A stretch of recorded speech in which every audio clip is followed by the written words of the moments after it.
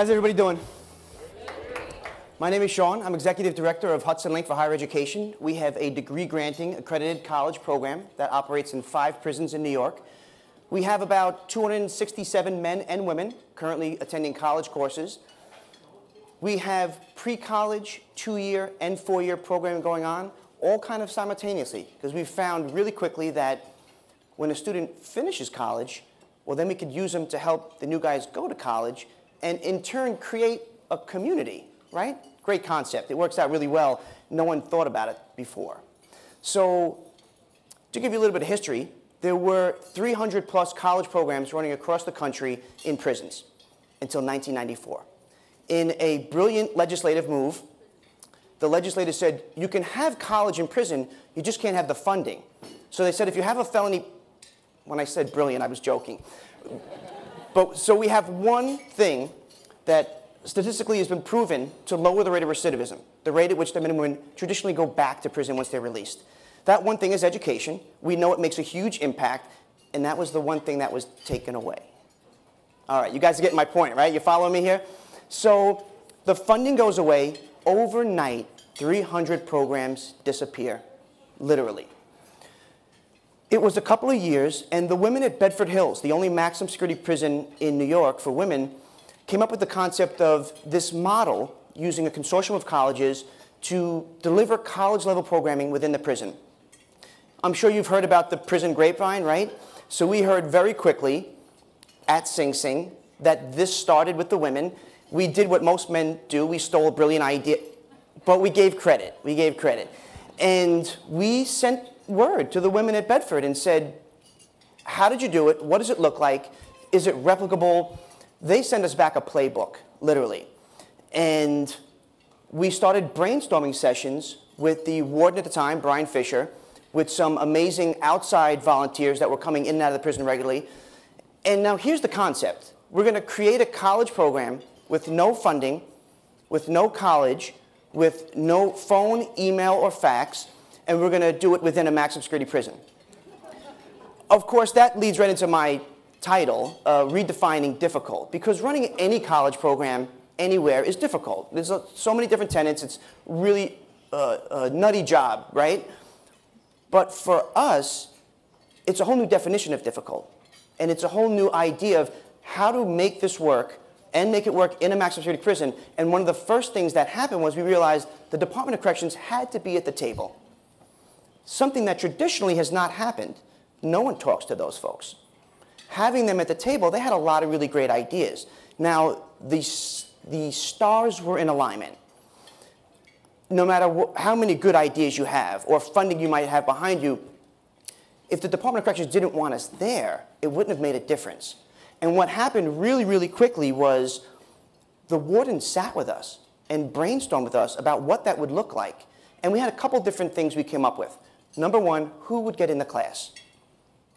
If you had a GED or a high school diploma already, we would start with that group. If you've previously had college experience, because the programs that were in the prisons were running for years, so there were men and women that had college credits already, just never finished.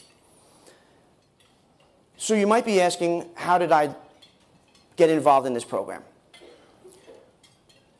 Though I'm the director, though I'm the senior fellow for the Center for Social Justice at Mercy Campus, though I'm on the Service Providers Advisory Committee for the Department of Corrections, helping them with policy changes, currently working on my 3rd graduate degree at Mercy College. I'm doing the MBA program now. I'm also a high school dropout. I only made it to the 9th grade. I did not drop out on purpose, per se. I got arrested.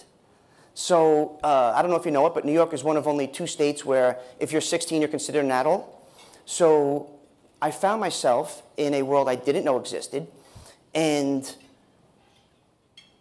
I was feeling very sorry for myself.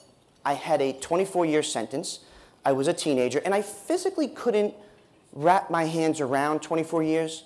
As a teenager, I don't think physically could see that far. And I was in my cell, feeling very sorry for myself. I'd never completed anything, didn't even finish high school. And one of the officers came to my cell and said, we could really use your help here. And I immediately thought this was some kind of cruel joke, like, really? All right, what's the punchline, you know? And he said, you're the most educated guy around.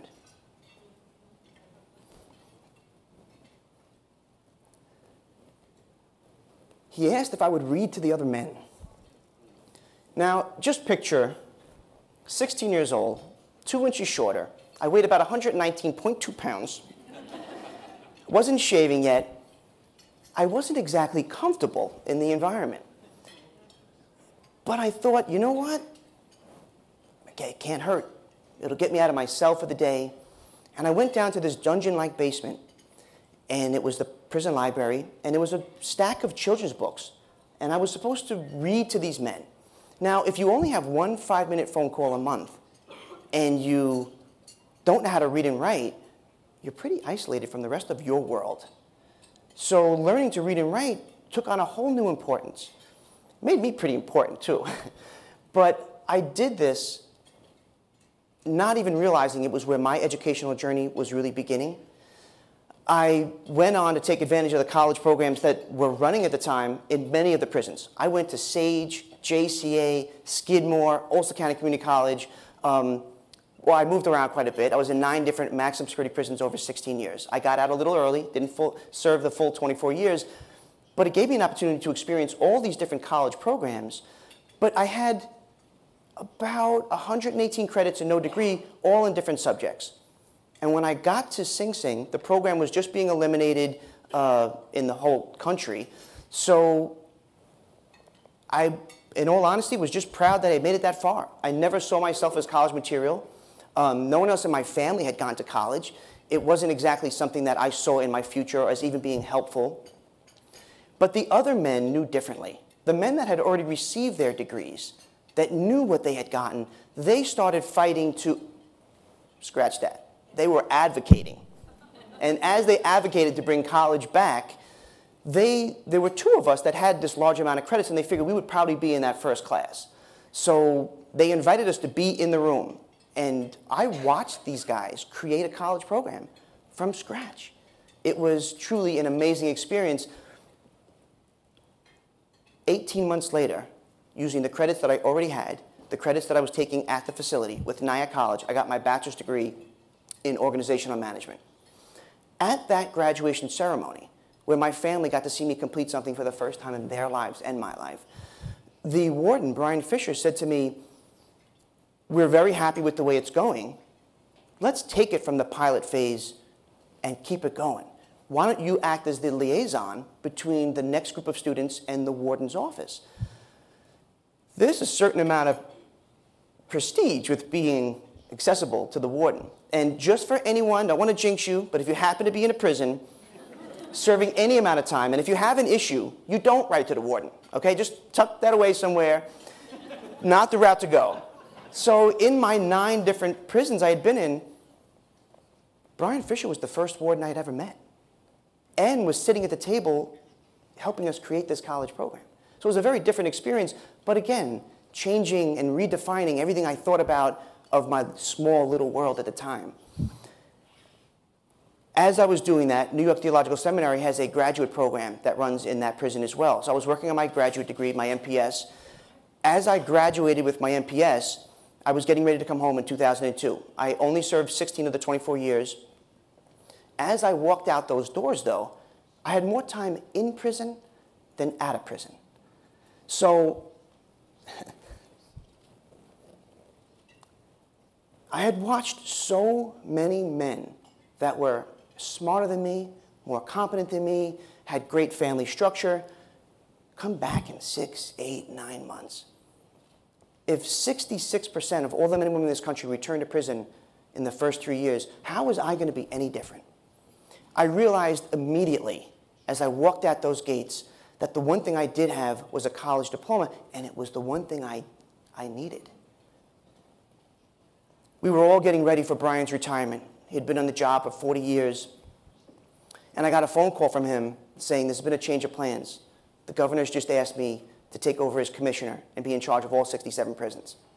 So at that point, literally half my life, I had been earning 18 cents an hour. That's not a lot of money. And he said to me, "I would love it if you took over as director and we start to move and grow this into other prisons."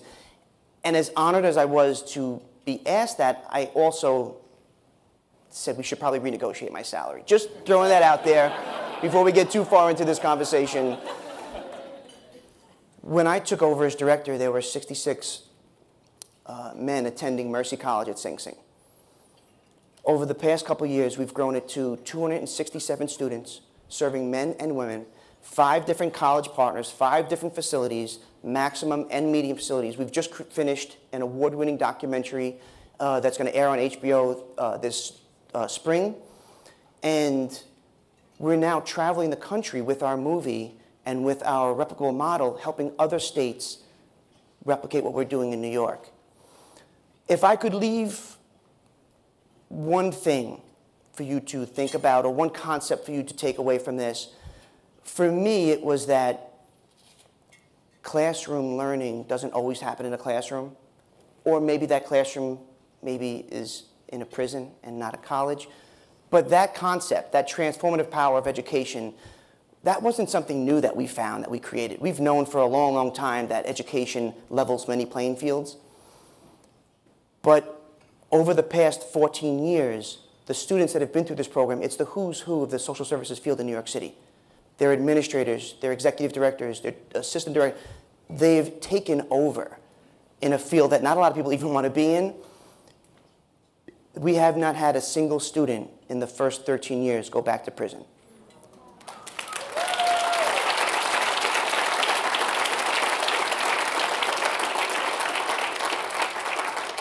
So I would end this just by saying that we know education works. Everyone in this room wouldn't be here unless they believed in it. We know the power of that transformative movement and education, but we also know that not everybody's in favor of the work that we do. And many times, as I explained, where I host my program, people aren't very happy with it. But the fact is, this is not just a gift for that student changing his life. This is a gift for those people that go back to their families, back to their communities, and back to the world that we all live in. And this has been a huge, huge component of what the communities are looking like now that they're going back to them. We're not changing lives, we're saving them. So I thank you so much for your time, and I look forward to spending the rest of the weekend with you.